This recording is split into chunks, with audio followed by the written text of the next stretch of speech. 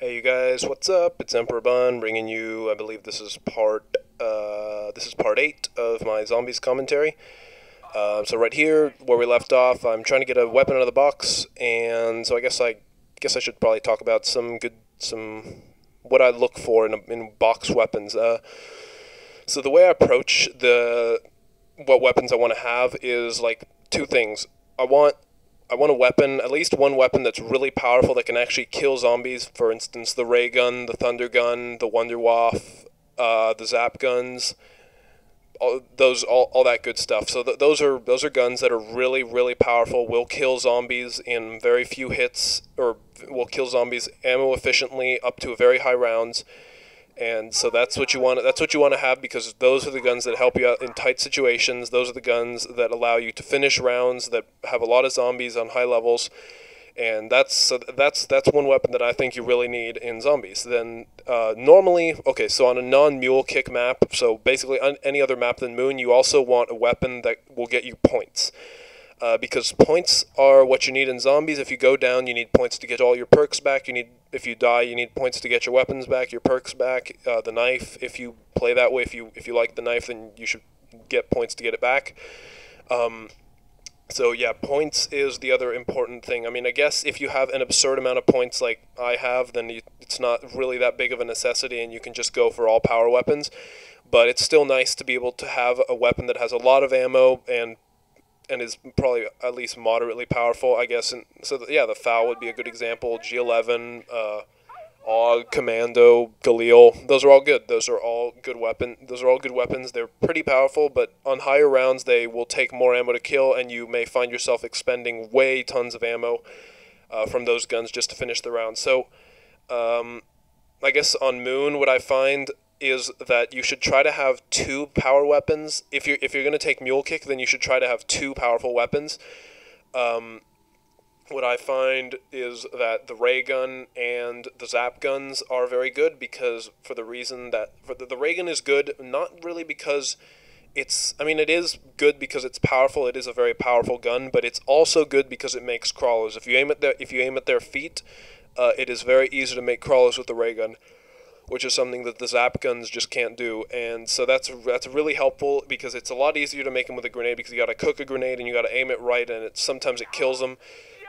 So yeah, in cases like, so yeah, if you need a crawler to end the round, and if you need a crawler, like one crawler at the end of the round, so your teammate can go buy weapons, so you can go get perks, so you can go pack a punch, do whatever, do the Easter egg.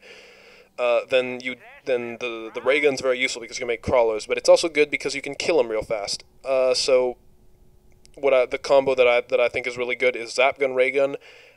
For the additional fact that the zap gun can combine into an even more powerful gun, so it's like you have three power weapons just at your disposal, and that's just really helpful, because it's a great crowd clearer and stuff like that. Oh, actually, it's also very convenient if you other like if you haven't dropped your Colt already, then I think that the Mustang and Sally upgraded Colt is actually better than the ray gun, because if you get trapped if you get trapped in a corner, you can just aim straight at the ground and spam those things, and they will get you out of that corner. They will, because I know that on World at War, the single upgraded Colt, the C3000 Biatches, or Biatches, I can't remember which one it was, did 5,000 damage at its blast center, which is huge.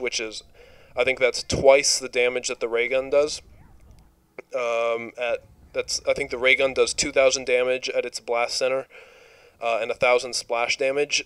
So the upgraded Colt is actually more powerful than the ray gun. If those numbers are correct, they might have changed it in Black Ops. I don't know.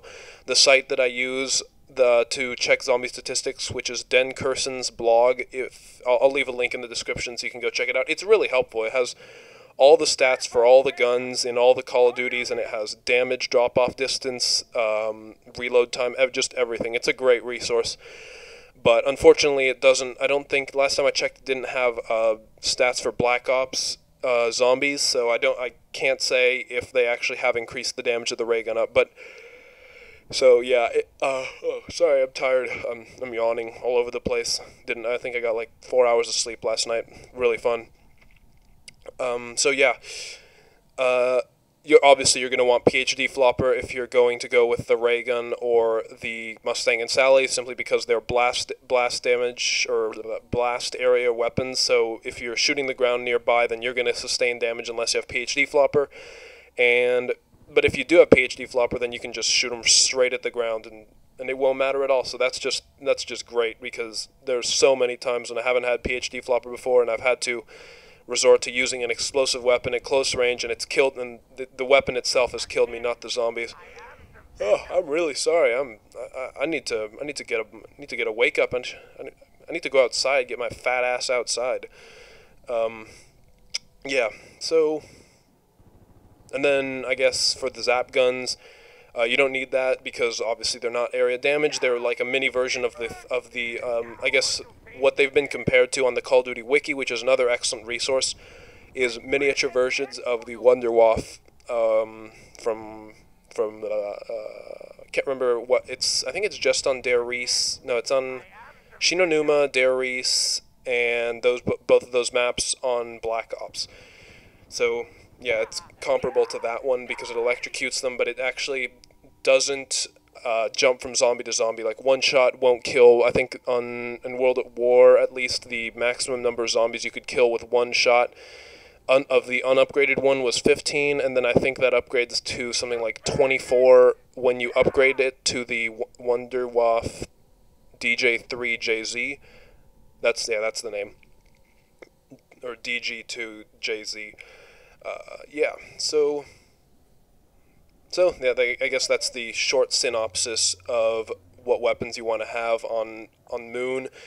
For situations like this, the AUG is more than sufficient because it has a lot of ammo, and it's a very good headshot weapon. So you're going to be able to probably kill a significant number of the zombies just with that. And if you need to, you could switch back to your power weapon to finish him off. And I did something really stupid right there. I killed the creep when he was dancing. There are some times on Moon where the creep will spawn, and I don't know what causes it. If I find out, I will let you know.